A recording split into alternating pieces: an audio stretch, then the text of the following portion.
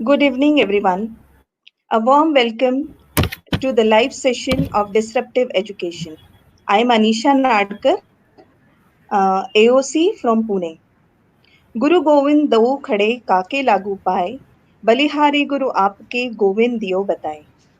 Today, teachers play an essential role in everyone's life. Not only do they teach us academics, but also prepare us to face the challenges of life with a positive attitude and a smile. They are the real light which leads us to success. Teachers are good learners too. That is why they always want to learn new things so that they can teach their students well. Our today's guest, Mr. Samir Shende, is an educationist. He is president of Galaxy Education Society and director of Shining Star Concept School, Wardha. He has received Rashtrapati Award from Dr.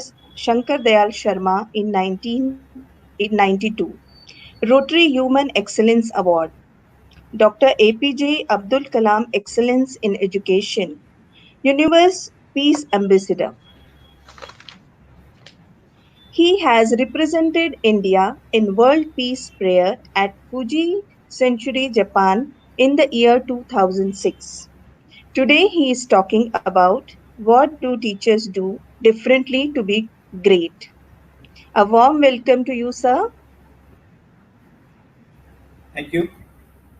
I request all the viewers to post their question in the comment box. After the session, sir will answer the questions. Over to you, sir. Thank you, Anisha ma'am. I'm very happy to be here on Get This platform. It's my Thank you. pleasure to be here. Okay. My today's topic is how teachers can perform in this situation, and ये जो वक्त बदल रहा है, इस बदलते हुए scenario में एक टीचर्स कितना अच्छा काम कर सकती है, ये मेरा आज का टॉपिक है. From last 10 years, I am working on this topic. Till date, I have organized so many workshops, so many training programs. But मेरे जिंदगी का ये सबसे पसंदीदा सब्जेक्ट रहा है कि किसी की जिंदगी को बनाने वाला व्यक्ति कैसा होना चाहिए. टीचर एक ऐसा टॉपिक है जिसको मिलने के बाद किसी की जिंदगी बन सकती है. मेरा सबसे पहला सवाल आप सब लोगों के लिए है, फ्रॉम नर्सरी टू यूनिवर्सिटी, क्या आप आपके आंखों के सामने, या अगर आप आपके आंख बंद करते हैं, तो can you some remember some teachers, professors, those who have taught throughout your life? अगर मैंने आपको इनके नाम लिखने के लिए अगर कहा, तो क्या आप दिमाग में ये नाम ला सकते हैं? बस फ्रेंड्स, यही वो नाम है जिन्होंने आपके जिंदगी में कुछ अच्छा किया है. वैसे तो देखा जाए, नर्सरी से लेके यूनिवर्सिटी तक अगर लिस्ट बनाएंगे तो हम लोग टोटल 100 से ज़्यादा टीचर्स लोगों को मिलते हैं. फिर क्यों एक 4-5 ही नाम हमारे दिमाग में आते हैं? यही वो 4 या 5 लोग हैं जिन्होंने हमारी ज़िंदगी बदली. तो हम चाहते हैं कि जो बच्चे को आज हम पढ़ा रहे, क्या उस बच्चे की ज़िंदगी में हम वो 4-5 टीचर के जैसा उनके लाइफ में रह सकते हैं. तो यही मेरा आज का टॉपिक है कि हम लोग बदलते सिनेरियो में टीचिंग प्रोफेशन को कैसे आगे बढ़ा सकते हैं, और इसी प्रोफेशन में हम लोग एक ऐसे मुकाम पर पहुंच सकते हैं जहां पर एक स्टूडेंट टीचर के बारे में, उनका टीचिंग स्टाइल, उनका क्लासरूम मैनेजमेंट, उनका कपड़ा पहनने का तरीका, उनका लीडरशिप स्टाइल, ये सारी चीज़ें हम लोग हमारे जहन में रखते हैं. लेकिन आगे बढ़ने से पहले मैं आपको एक चीज़ बताना चाहता हूं कि पेरेंट्स चाहता क्या है. जब बच्चा किसी स्कूल में एडमिशन लेता है, तो पेरेंट्स का सबसे पहला बेसिक एक्सपेक्टेशंस क्या होता है? तो सबसे बेसिक एक्सपेक्टेशंस ये होता है कि मेरे बच्चे का शिक्षा और मेरे बच्चे का फाउंडेशन बहुत बढ़िया होना चाहिए. जब पेरेंट्स का इतना बेसिक एक्सपेक्टेशंस होता है, तो क्या टीचर उस एक्सपेक्टेशंस पे पूरी तरह से उतर पाते हैं? तो आज के दौर में as a management we are running a school, but आज जो भी लोग स्कूल चला रहे हैं, सबसे एक कॉमन क्वेश्चन सामने आ रहा है कि कई सारे स्कूल्स को टीचर ही नहीं मिल रहे, और टीचर है तो एक क्लासरूम में 50 से 60 बच्चे हैं, और ऐसे वक्त में एक टीचर इंडिविजुअल अटेंशन कितने बच्चों की तरफ दे सकेंगे? तो ये सारा सवाल है, और यही सवाल को लेके आज मैं मेरे कुछ लाइफ के एक्सपीरियंसेस आपके साथ में शेयर करना चाहता हूं। ऐसा कहा जाता है कि teachers are the backbone of the country. किसी भी देश की इकोनॉमी, किसी भी देश की लिटरेसी रेट, ये कैलकुलेट किया जाता है वहाँ के टीचर के वजह से। तो यहाँ पर मैं एक एग्जांपल देना चाहता हूँ कि I visited Japan in the year 2006, और जापान में मैंने विजिट करने के बाद जो जापानीज एजुकेशन सिस्टम और वहाँ का जो फाउंडेशन देखा, उससे बहुत कुछ बातें मुझे सीखने को मिली, और वो कुछ बातें मैं आपसे शेयर करना चाहता हूँ। आप सभी लोगों को पता है कि हिरोशिमा नागासाकी पर जो न्यूक्लियर अटैक हुआ था, उस न्यूक्लियर अटैक के बाद जापान के सारे एजुकेशनिस्ट का एक मीटिंग हुआ था, और एक वहाँ पर बिल पास किया गया था कि now we will work on non violence and peace. तो वहाँ पर एजुकेशनिस्ट जितने भी टीचर्स है, प्रोफेसर है, उन्होंने फंडामेंटल ये बात अपने एजुकेशन सिस्टम में इनकलकेट की कि we will teach non violence and peace. And friends, ये बात बताते हुए मुझे गर्व होता है, वहाँ पर दो जनरेशन मैंने देखी है। एक वो जनरेशन जो 1965 के पहले की है, और एक है 1965 के बाद की जनरेशन। आपको बिल्कुल भी वायलेंस वहाँ पर दिखेगा नहीं। वहाँ पर जो बच्चे हैं वो पूरी तरह से पीसफुल ही हर काम करते हैं, वहाँ के यूथ पीसफुली काम करते हैं। तो ये चमत्कार कैसे हुआ? ये हुआ एजुकेशन सिस्टम की वजह से। वहाँ पर बच्चा अगर घर में कोई शीशा फोड़ देता है या बाजू वाले का कोई ग्लास तोड़ देता है, तो पेरेंट्स उसको कुछ नहीं बोलते हैं। वहाँ पर ये बात सीधी टीचर तक जाते हैं कि आज इस तरह के साथ डैमेज बच्चे ने किया है, और नेक्स्ट डे टीचर ये बात बच्चे को अपने तरीके से बताती है कि बेटा आपने कहाँ पर कैसे गलती की। तो ये इतना बड़ा किस तरीके से बच्चों को पढ़ाना, ये चीज जापान में देखने को मिली। दूसरी बात जो मुझे सबसे इम्पोर्टेंट लग रही है हर टीचर के जिंदगी में, क्योंकि हम लोग एजुकेशन की फील्ड में, सिखाने वाले फील्ड में है, तो मैंने देखा है कि जो लोग सिखाते हैं उनको सिखाना बहुत कठिन होता है, क्योंकि हर किसी को लगता है कि मैंने बहुत कुछ सीख लिया। तो वी आर रनिंग स्कूल। हमारे स्कूल में जब भी मैं नए इंटरव्यूज लेता हूँ, न्यू रिक्रूटमेंट होती है, तो कुछ कॉमन सवाल पूछता हूँ, लेकिन एक सवाल मैं सबसे पहले पूछता हूँ कि आपने पिछले साल भर में कितनी किताब पढ़ी?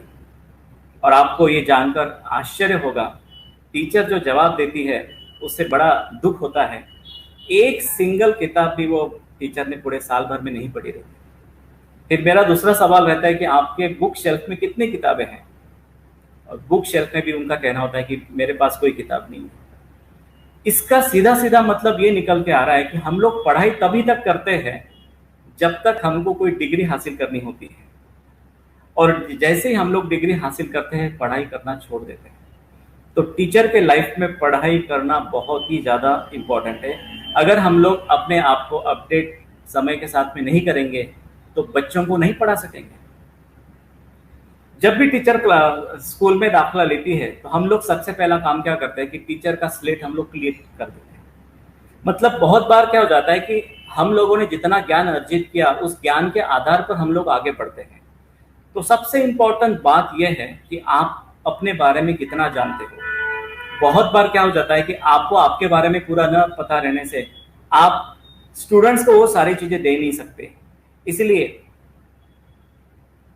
टीचर को आगे बढ़ने के लिए जो 3 पैरामीटर सबसे इंपॉर्टेंट है, जिसमें सबसे पहला पैरामीटर है एकेडमिक्स, सेकंड पैरामीटर है school culture, and third and important parameter is leadership. अगर मैं शुरुआत सबसे पहला पैरामीटर पे करूं, स्किल्स। टीचर प्रोफेशन में दो ऐसे स्किल्स है जो स्किल्स के आधार पर टीचर का पूरा प्रोफेशन फाउंडेशन या पूरा प्रोफेशन डिपेंड होता है, और जिसमें पहला स्किल है communication skill and second one is leadership skill. मैं आपसे पूछना चाहता हूं कि आपका जो कम्युनिकेशन स्टाइल है वो आपने लास्ट टाइम कब अपडेट किया, और आपका कम्युनिकेशन स्टाइल आपने ओल्ड स्टाइल कब एक्सपायर किया। क्या 2019 में जिस तरीके से आप पढ़ा रहे थे, क्या आप 2018 में भी वैसे ही पढ़ा रहे थे, और क्या आपका सेम स्टाइल है 2020 में? If repeatedly we are doing the same pattern, तो यहाँ पर हम लोग हमारे साथ में जिस तरीके से चीजें अपडेट करना चाहिए हम लोग नहीं कर पा रहे। अब देखिए, कोविड-19 के बाद पूरा सीन ही बदल गया। जो टीचर फिजिकल क्लासरूम में बहुत बढ़िया पढ़ा सकती थी, आज वही टीचर ऑन स्क्रीन पढ़ाने के लिए डर रही है, क्योंकि ऑन स्क्रीन का उनके पास तो एक्सपीरियंस ही नहीं था। तो बदलते दौर में हमको हर चीज सीखना पड़ेगा। कुछ टीचर्स ने मुझे कहा भी कि सर आपने हर प्रकार का हमें ट्रेनिंग दिया, लेकिन अभी ऑन स्क्रीन आके कैसे बात करना ये हमें पता ही नहीं था। तो ये बहुत ही इंपॉर्टेंट है कि आप समय के साथ अपने आप को किस तरीके से ढालते हो। आज का जो दौर है वो पूरा टेक्नोलॉजी का दौर है। We are using multiple apps, we are using online programs. आप देखते होंगे कि आप जो भी ऐप आज यूज कर रहे हैं, थोड़े ही समय के बाद उस ऐप को अपडेट करने के लिए एक आपके पास वार्निंग आती है, और जैसे हम लोग वो ऐप अपडेट करते तो न्यू वर्जन में हम चले जाते हैं। तो क्या आपने लास्ट टाइम आपका अपडेट का प्रोग्राम कब किया था? मेडिकल में एक बहुत बढ़िया चीज मुझे देखने को मिली है कि मेडिकल में जो डॉक्टर्स है, जो एमएस है, एमडी है, जिन्होंने बड़ी बड़ी डिग्रियां की है, वो लोग कंटिन्यू सीएमई करते हैं। Every month every doctor now and then कहीं ना कहीं सीएमई के लिए जा रहा है। तो क्या एज ए टीचर हम हमारे प्रोफेशन को पॉलिश कर रहे हैं? और ये पॉलिश करना बहुत जरूरी है। आपको बताते हुए मुझे एक खुशी महसूस हो रही है कि एक कॉबलर अपना प्रोफेशन को बढ़िया करने के लिए 10 रुपया 10 रुपीज एवरी टाइम इन्वेस्ट करता है। एक टेलर अपने टेलरिंग प्रोफेशन को बढ़िया बनाने के लिए 100 रुपीज इन्वेस्ट करता है एवरी टाइम। क्या आप आपके प्रोफेशन को इम्प्रूव करने के लिए आपका डोमेन सब्जेक्ट जो भी हो, मैथमेटिक्स हो, लैंग्वेज हो, साइंस हो, क्या आपने आपके प्रोफेशन के रिलेटेड आप जिस सब्जेक्ट के डोमेन एक्सपर्टीज हो, क्या आपने आपके शेल्फ में वैसे बुक्स ऐड ऑन किए हैं? तो ऐसा कहा जाता है कि जितना आप कमाई करते हो, जितनी आपकी आमदनी है, उसका 10% must be invest on your knowledge bank. तो ये अगर हम करेंगे तो बहुत ही हमारा प्रोफेशन आगे हम लोग इस प्रोफेशन में बढ़ सकते हैं। दूसरी बात मुझे आपको यहाँ पर बताते हैं कि अगर एक ड्राइवर केयरलेस है, जिसके पास ड्राइविंग लाइसेंस है लेकिन वो अपने प्रोफेशन में इतना केयरफुल नहीं रहता है, तो 5 लाइफ रिस्क में होती है। एक बस कंडक्टर केयरलेस है तो एक बस में लगभग 50 लोग बैठते हैं, तो 15 लाइफ इज इन रिस्क। और एक पायलट अगर केयरलेस है तो फ्रेंड्स लगभग 300 लाइफ इज इन रिस्क। अभी अगर यही बात मैं टीचिंग प्रोफेशन में अगर बताऊं, व्हाट डू यू थिंक? एक टीचर केयरलेस है या डिसइंटरेस्टेड है, डू यू नो कितनी लाइफ रिस्क में जा सकती है? लगभग 10,000। और इसीलिए अब्दुल कलाम साहब ने ये बात बोली है कि सबसे बढ़िया मस्तिष्क और सबसे होनहार लोगों ने टीचर बनना चाहिए। अभी सबसे बड़ा सवाल ये आता है कि क्या हम टीचर बाय चांस बने हैं या टीचर बाय चॉइस बने हैं? आपको आपकी डेट ऑफ बर्थ तो पता है, बट रीजन ऑफ बर्थ जिस दिन आपको पता चलेगा उस दिन रियली आप आपके प्रोफेशन में बहुत आनंद लेंगे। मैं एक सवाल और टीचर्स को पूछता हूँ, are you passionate in teaching? Do you love your subject? और अगर ऐसा है तो ही इस प्रोफेशन में आप वंडर्स कर सकते हैं। बट अगर ये प्रोफेशन आप सिर्फ ब्रेड एंड बटर के लिए कर रहे हैं तो you cannot produce a big results. आपकी जानकारी के लिए मुझे कुछ यहाँ पर ऐसे फिगर्स बताना चाहता हूँ जिसके वजह से ये प्रोफेशन में बहुत सारे लॉसेस भी हुए हैं। अभी जो लेटेस्ट सर्वे आया है जिसमें national employment report on engineering graduates survey says only 7% of the engineers are eligible. Only 7%. Rest all liabilities. तो आप देखिए ग्रेजुएट्स लोग तो बहुत बाहर निकल रहे हैं, लेकिन आज आप देखेंगे कि बेरोजगारी भी उतनी बढ़ते जा रही है। तो सबसे इम्पोर्टेंट बात यह है कि क्या हम लोग ऐसे स्टूडेंट्स, ऐसे होनहार बच्चे प्रोड्यूस कर रहे हैं जो आने वाले समय के लिए बहुत बड़े अच्छे लीडर्स बन सकते हैं। दूसरा एक सर्वे ऐसा है कि क्राउन कैस्टलर करके एक बहुत बड़ा फिलोसोफर इंडिया में आया था, जिसने देखा कि उसने अपने पूरा इंडिया का सर्वे किया और सर्वे करने के बाद एक बात उसने लिखी कि India is a rich country but living poor people.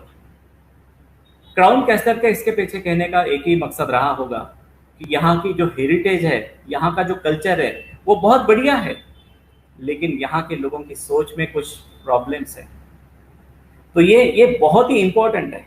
और तीसरी बात मैं बताना चाहता हूँ, ये बात राइटर नाम का एक बहुत वर्ल्ड फेमस एजेंसी है जो न्यूज़पेपर का सर्वे करता है, और राइटर का सर्वे पर टाइम्स ऑफ इंडिया, हिंदू जैसे बड़े बड़े न्यूज़पेपर का भी बहुत बड़ा ट्रस्ट है। राइटर ने एक बात लिखी है सर्वे में, बताया है कि India is the most dangerous country for children. जिस कंट्री में जैसे सोमालिया है, इराक है, अफगानिस्तान है, युगांडा है, ये जैसे डेंजरस कंट्रीज के जोन में आती है students point of view, children point of view, आपको पता जानकर हैरानी होगी इस रैंकिंग में इंडिया का रैंक नंबर 6 पर आता है। और ये भी जानकर आपको बहुत बड़ी हैरानी होगी कि 40 करोड़ बच्चे हैं जो स्टूडेंट्स हैं, कुछ ना कुछ पढ़ रहे हैं, और इन 40 करोड़ बच्चों के ऊपर माँ बाप का बहुत बड़ा बोझा है। माता पिता अपनी जो एम्बिशंस है वो बच्चों को देते हैं। आप सब लोगों ने ये देखा होगा कि 3 इडियट्स में ये बात कितने बढ़िया तरीके से बताई है। इसलिए students learn in a linear, not in a linear way but in spiral way.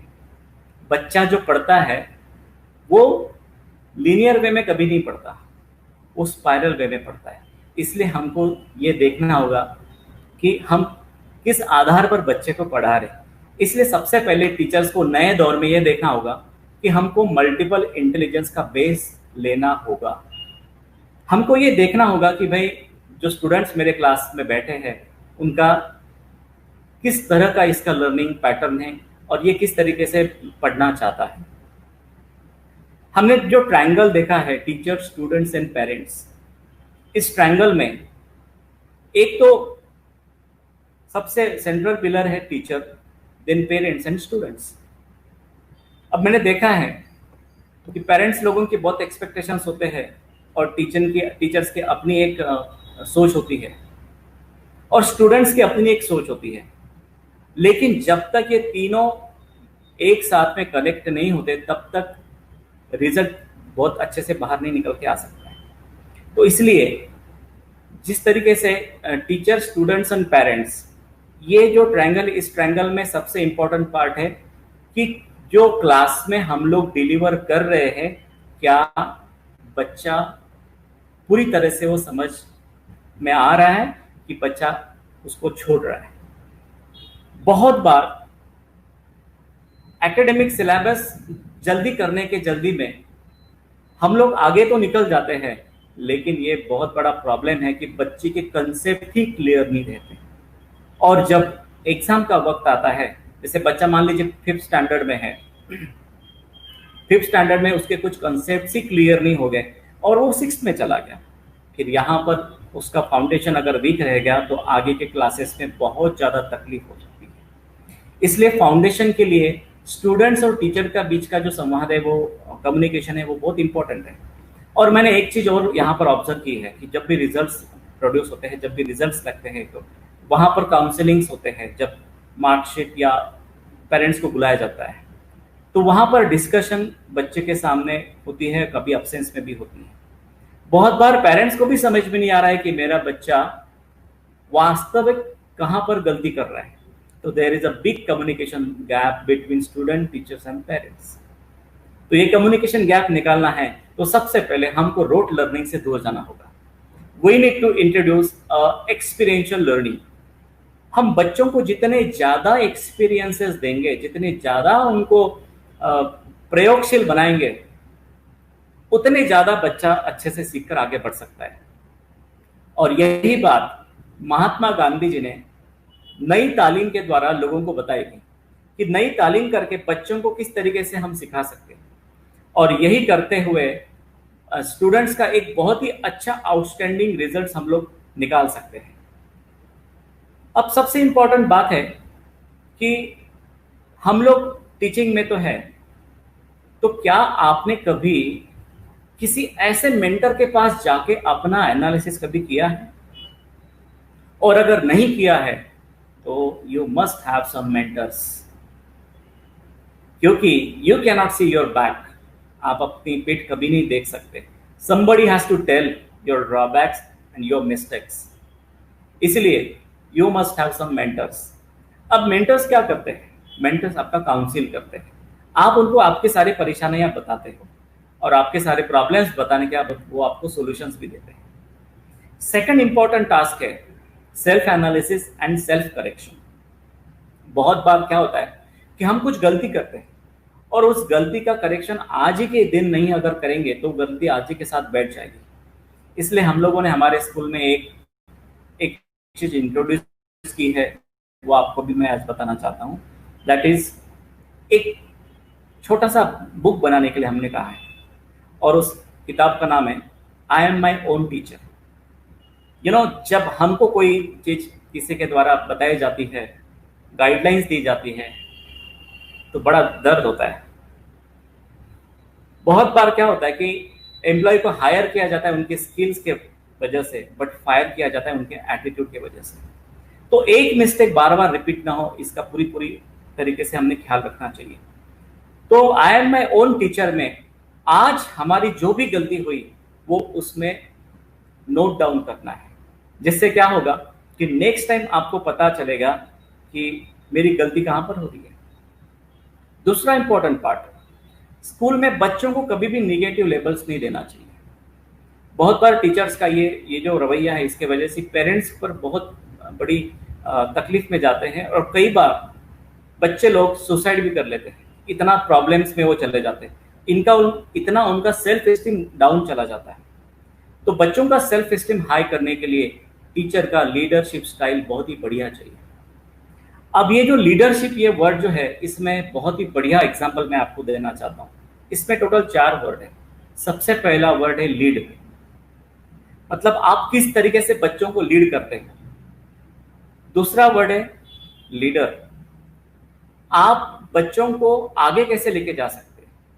Fourth word is ship, ship का काम क्या होता है, एक जगह से दूसरी जगह तक लेकर जाना। और इस तीनों वर्ड्स के बनके एक वर्ड बनता है, दैट इज लीडरशिप। तो आपका लीडरशिप स्टाइल कैसा है? लीडरशिप की व्याख्या बहुत बढ़िया डेफिनेशन किसी ने की है। The leader one who knows the way, goes the way and shows the way. और यहां पर लीडरशिप का बहुत बढ़िया एग्जांपल अगर देना तो वो है रेलवे का इंजन। रेलवे का जो इंजन है वो सबसे सामने होता है, वो खुद हीट में रहता है, खुद आग खाता है, लेकिन उसके पीछे जो 100 डब्बे रहते हैं वो मंजिल तक लेकर जाते हैं, खींच कर लेकर जाता है। और यही टीचर का काम है। वो ये नहीं देखता कि 100वां जो डब्बा है उसको मैं क्यों खींच कर लेकर जाऊं, वो सारे डब्बों को लेकर जाता है और उसका काम होता है वो बराबर मंजिल तक पहुंचाता है। तो इसलिए टीचर ने ये बात देखना चाहिए कि बहुत बहुत बार क्लासरूम में ऐसे भी बच्चे होते हैं जो इतने बढ़िया शार्प होते हैं, उनके तरफ से जो रिप्लाईज हमको मिलते हैं तो हमारा फोकस लिमिटेड बच्चों पे आ जाता है। लेकिन ऐसे जो बच्चे हैं जो एवरेज है, उनके तरफ भी हमको बहुत ध्यान देना पड़ेगा, तभी जाके हम लोग एक बढ़िया रिजल्ट प्रोड्यूस कर सकेंगे। तो नो निगेटिव लेवल्स। सेकेंडली, बच्चों में कभी कंपैरिजन नहीं करना चाहिए। देखो, मैं आपको बहुत बड़े बड़े डेफिनेशंस नहीं देने वाला हूँ। मैं आपको बहुत ही सिंपल बट बहुत ही इफेक्टिव सारी चीजें बताना चाहता हूँ, जिससे बहुत बड़ा असर होता है। मान लीजिए दो दो स्टूडेंट्स खड़े हैं और दो स्टूडेंट्स में अगर आप कंपैरिजन करते हो, तो वो दो टीचर स्टूडेंट के कंपैरिजन से जो बच्चों की मानसिकता पर जो असर होता है वो बहुत बुरी तरीके से होता है। So never ever compare the students. You know, every child is a unique creation of God. और यही बात हार्वर्ड गार्डनर ने अपने थ्योरी में लिखी है कि कोई बच्चा स्पोर्ट्स स्मार्ट है, कोई कोई स्पेशल स्मार्ट है, कोई लैंग्वेज में स्मार्ट है, किसी का मैथ बहुत अच्छा है, कोई म्यूजिकल स्मार्ट है। मान लीजिए सचिन तेंदुलकर के पिताजी या उनकी माताजी ने यह बात बोली रहती कि बेटा तू बैठ है कि तू बढ़िया ग्रेजुएट बन जा और वे अच्छी सी नौकरी ढूंढ ले, तो क्या आज हम लोग मास्टर ब्लास्टर सचिन तेंदुलकर को कभी देख सकते थे? या इतनी कम उम्र में जिनको भारत रत्न मिला, क्या उनका वो टैलेंट वर्ल्ड के सामने कभी आ सकता था? तो सबसे पहले ये काम पेरेंट्स का भी है और टीचर्स का भी है। बहुत बार क्या हो जाता है कि पेरेंट्स को भी पता है कि मेरे बच्चों में क्या खूबियां है, और ये बात टीचर को पता चलती है। तो ये काउंसलिंग में ये बात पता लगना चाहिए कि जब भी हमारी पीटीए मीटिंग होती है, जब भी हमारी रिजल्ट्स की मीटिंग होती है, तो सिर्फ रिजल्ट्स पे, सिर्फ एकेडमिक्स पे बात न करते हुए ये चीजों पर भी बात होना चाहिए कि आपका बच्चा किस चीज में स्मार्ट है। You know, in our education system we are totally focusing academic development, but rest all other areas are unseen. अब इससे क्या हो रहा है कि they can enjoy the livelihood but not life and not love. आज आप देख रहे हैं कि भाई समाज में इतने ज्यादा डिवोर्स बढ़ रहे हैं। इसके पीछे क्या कारण है? इसके पीछे सबसे बड़ा कारण है कि बच्चा सोशली और इमोशनली बहुत ही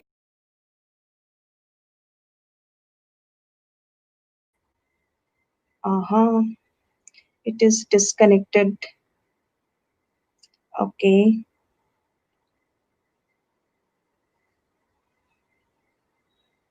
I'll call him again.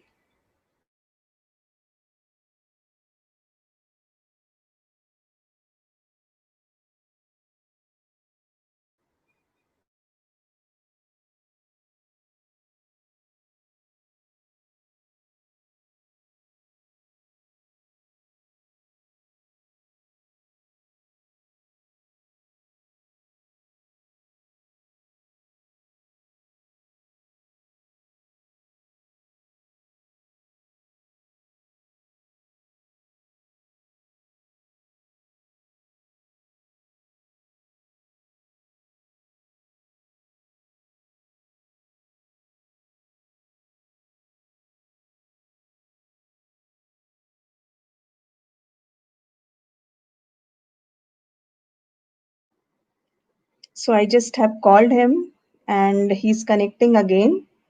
So sorry for the, I guess there is some problem in connectivity there. Hope he will join us soon.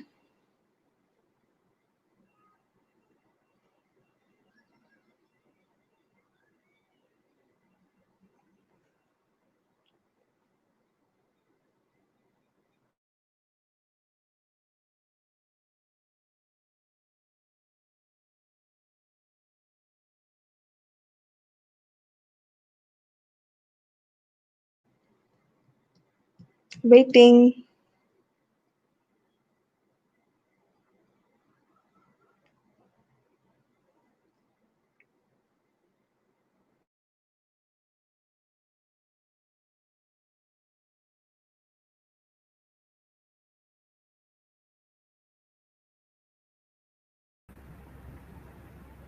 Yes, sir. Welcome back, जो sir. सबसे बड़ी परिभाषा की है एजुकेशन की वो स्वामी विवेकानंद जी लिखे हैं। Hello Yes, sir. Hello Yes, sir, you are audible. हम सुन सकते हैं आपको. Hello Yes, sir.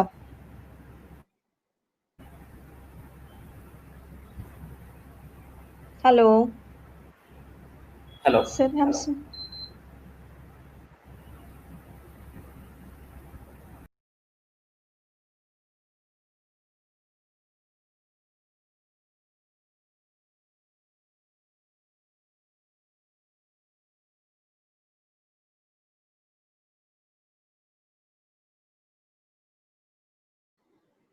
Yeah, he is joining us again.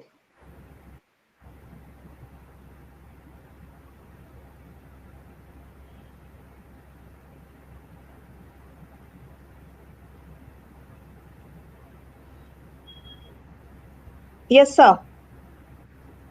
Hello Yes, sir. We can start.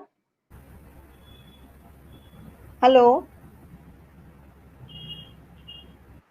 Hello hello You're audible, sir.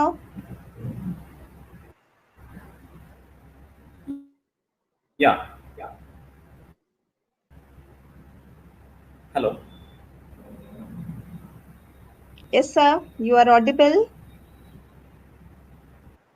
Hello sir आप हम सुन पा रहे हैं sir can you आपको. Hear me? Hello Yes, yes, I can hear you.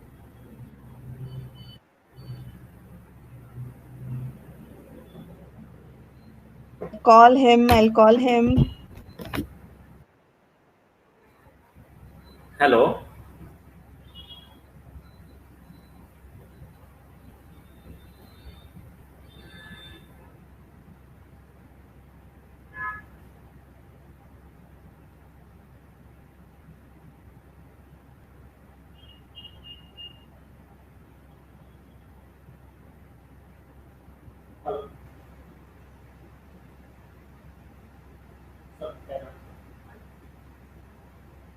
स्वामी विवेकानंद जी ने जो education की सबसे बढ़िया परिभाषा की थी, सबसे अच्छी डेफिनेशन की थी कि education is the manifestation of perfection already in a man.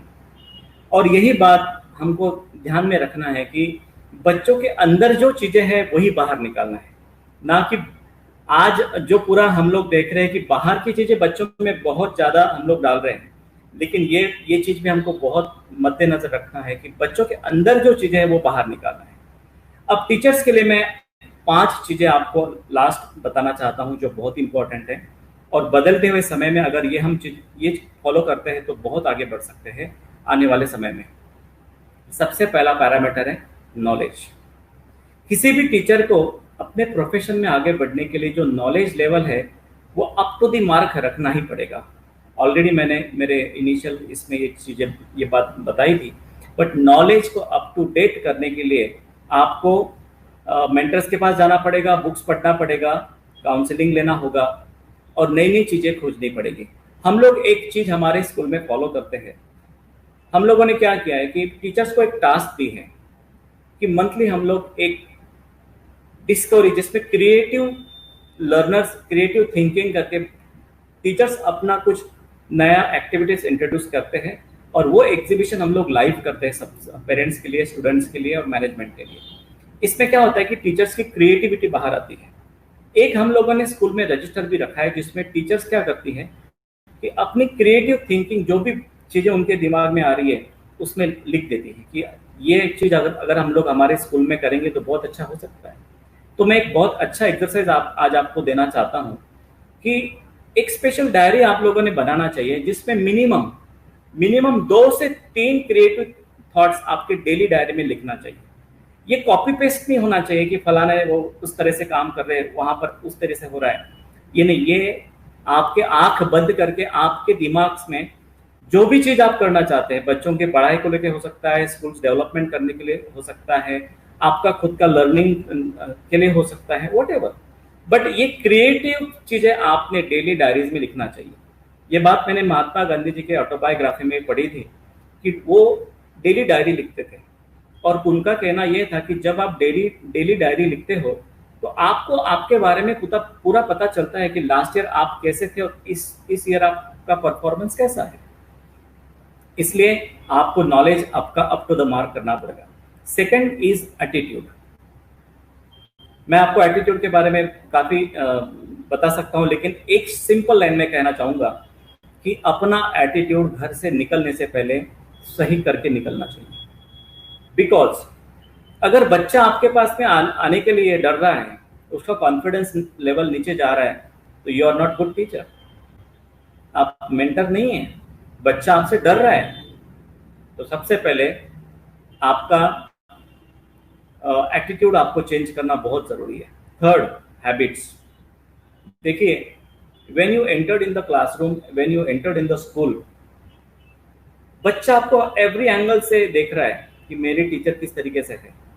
या तो आप बच्चों के लिए रोल मॉडल टीचर बन सकती है, या समहाउ आप ही की स्कूल की कोई दूसरी टीचर उनके लिए रोल मॉडल बन सकती है, बिकॉज ऑफ हैबिट्स। बहुत अच्छी हैबिट्स, और there are so many habits. मतलब मैंने लगभग 100 हैबिट्स लिखा है डायरीज में कि how we can replace bad habits with the good habits. तो सबसे पहले ये आपका खुद का एनालिसिस होना चाहिए कि भाई मेरे अंदर कौन सी नेगेटिव हैबिट्स है और इसको मैं रिप्लेस कैसे कर सकती हूँ। जैसे जैसे ही नया साल लगता है, हम जो रेजोल्यूशन लिखते हैं कि ये साल में हम लोग हमारा ये चीज करेंगे, वो सारी चीजें लिखना है। Third one is skills. Normally हम लोग एक 2 से 3 स्किल्स पर ही काम करते हैं, लेकिन बच्चों के लिए सबसे इंपॉर्टेंट है प्रॉब्लम सॉल्विंग स्किल्स। ये बच्चों के लिए भी एप्लीकेबल है और टीचर्स के लिए भी एप्लीकेबल है। हम लोगों ने हमारे स्कूल में एक आदत बच्चों को लगा दी है कि रेडीमेड आंसर हम लोग उनको देते ही नहीं है। मान लीजिए कोई टेक्स्ट बुक भी है तो हमारे टीचर्स को हम लोग डायरेक्शंस देते कि ये इसके अलावा आप क्वेश्चंस निकालिए और बच्चों से सॉल्व करवा के लीजिए। जब तक आपको रेडीमेड सवालों की आदत लगी के रहेगी तब तक आप आगे नहीं बढ़ सकते। इसलिए problem solving skills is one of the main skill जहां पर हमको फोकस करना चाहिए। देन लिसनिंग स्किल्स, हमारा लिसनिंग स्किल बहुत बढ़िया होना चाहिए। Leadership skill, organising skills, selling skill, time management skills, conflict resolution. हम लोग जिस संस्था में काम कर रहे हैं वहां पर हमारा सबके साथ में रिलेशनशिप बहुत बढ़िया होने चाहिए। तो यहाँ पर और सबसे आखिरी है स्ट्रैटेजीज। वक्त के साथ में अगर आप नहीं बदलेंगे तो फिर वक्त आपको बदल देगा। देखिए, एक संस्था में कई सारे लोग होते हैं, लेकिन संस्था कुछ लोगों को बार बार बोलती कि आपका होना बहुत जरूरी है, आपका होना बहुत जरूरी है। What is the reason? क्योंकि जब जब आप स्ट्रैटेजी अच्छी बनाते हो तो आपको हर सवालों के जवाब मिल सकते हैं। हमारी गवर्नमेंट भी इसी तरीके से काम करती है कि which is important and which is not important, वहां पर फोकस करते हैं। इसलिए प्रायोरिटी प्रिंसिपल पे हमको ध्यान देना होगा। तो ऐसे बहुत सारे चीजें हैं। ये छोटे से वर्कशॉप में छोटे से ये इसमें मैं ये सारी चीजें शेयर नहीं कर पाऊंगा, but I am very thankful to this global education and training institute जिन्होंने ये आज मौका दिया। और कुछ जो थॉट्स मेरे भीतर चल रहे थे कि ये सारे टीचर्स लोगों को बताना चाहिए, और यही मैं आप लोगों को शुभकामना देता हूं कि आफ्टर कोविड-19 ये जो वायरस है ये कुछ समय के लिए है, लेकिन बिल्कुल भी आपको परेशान नहीं होना है, डिमोरलाइज नहीं होना है। बच्चों के साथ में फुल कॉन्फिडेंटली खड़े रहना है और 100% we will come out of this critical situation. Thank you Nisha ma'am, I am very happy to be here. Thank you. Thank you so much sir. क्या आप मुझे सुन पा रहे हैं? या यस सर, मेरा एक क्वेश्चन है आपसे कि क्या स्कूल को करना चाहिए, what school should do to change the mindset of parents and students. जैसे कि आपने कहा कि हम रिजल्ट ओरिएंटेड एजुकेशन है, तो ये कहीं शायद पेरेंट्स की ही माइंडसेट है जो स्टूडेंट्स में हम ट्रांसफर कर रहे हैं। सो आप इसके लिए क्या करते हैं स्कूल में अपने teachers? Can you repeat your question? थोड़ा बीच में लिंक ब्रेक हो गई। Sure sir. जैसे कि आपने कहा कि पेरेंट्स और स्टूडेंट्स, हमारा जो एजुकेशन सिस्टम है ये रिजल्ट ओरिएंटेड है, तो आप अपने स्कूल में ऐसे क्या चेंजेस लाए हैं जिससे ये माइंडसेट थोड़ा चेंज हुआ है? हाँ, यहाँ पर हम लोगों ने ओपन डायलॉग सिस्टम रखा है। मतलब बहुत बार क्या होता है कि कोई भी स्कूल या मैनेजमेंट या प्रिंसिपल एक एंगल से ही चलते हैं कि this is our philosophy, this is our pattern. But हम लोगों ने क्या किया कि पेरेंट्स के साथ में रेगुलर डायलॉग करते हैं कि उनका क्या ओके। इरादा है, वो क्या चाहते हैं। बहुत ऐसी चीजें होती है जो आपको पता नहीं होती है, लेकिन वो आपको पेरेंट्स से पता चलती है, बाहर से पता चलती है। And we are right. More careful for that कि हम ऐसे बाहर के सजेशंस, हम लोगों ने कमिटी भी बनाई है, जिनको भी ऐसा लगता है कि कुछ ऐसे एडवाइसेस वो देना चाहते हैं तो हम लोग सुनते हैं। हमारे प्रिंसिपल वो सारी चीज़ें सुनते हैं और मैनेजमेंट के सामने रखते हैं, फिर हम लोग संस्था के हित में, स्टूडेंट्स के हित में डिसीजन लेते हैं। Okay, thank you so much sir. There is one more question sir. जो टीचिंग प्रोफेशन है, ये मोस्टली हम सारे ही फैमिलीज ये सोचते हैं कि ये एक पार्ट टाइम जॉब है। इवन टीचर्स जो ज्वाइन करते जी। हैं उनका भी यही माइंडसेट है। शायद इसीलिए हम ट्रेनिंग्स कम करते हैं, अपने आप में चेंजेस कम लाते हैं, क्योंकि हम ये सोचते हैं कि ये एक पार्ट टाइम प्रोफेशन है। हम्म, बट ये एक्चुअली बहुत बड़ी रिस्पॉन्सिबिलिटी है। We are building the nation. So इस माइंडसेट जी। को चेंज करने के लिए आप कुछ मैसेज देना चाहेंगे टीचर्स को? मैं बहुत ही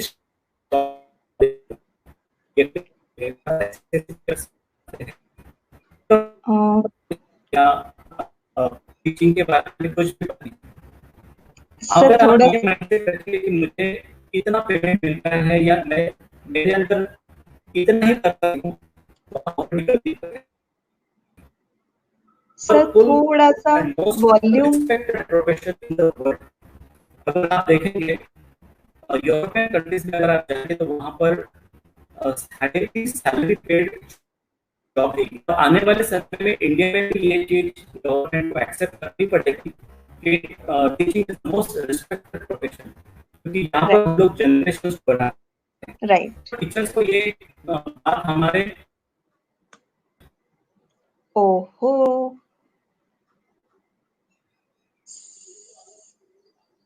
there is some connectivity issue again.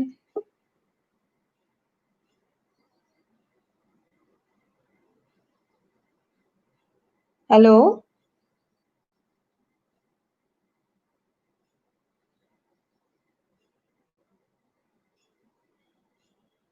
Hello.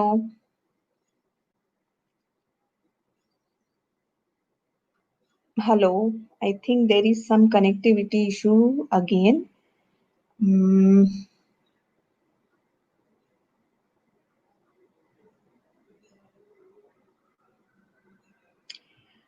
So I will try to call him again and let's see.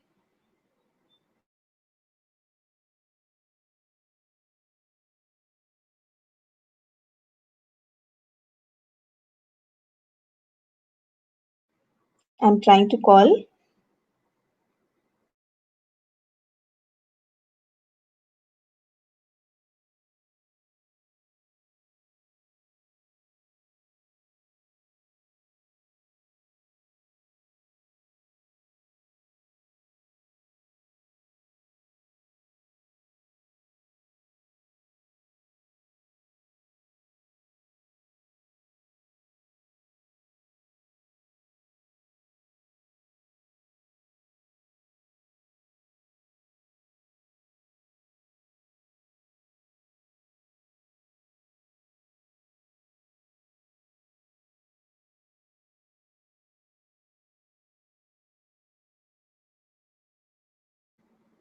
He's trying to connect. His assistant, Mr. Deepak Mende, is also helping him. Hmm. Hello.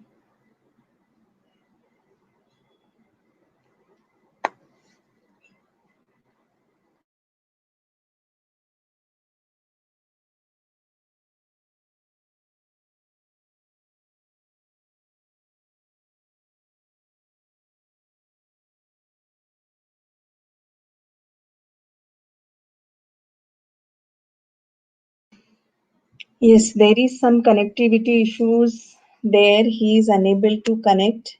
So let's end this session.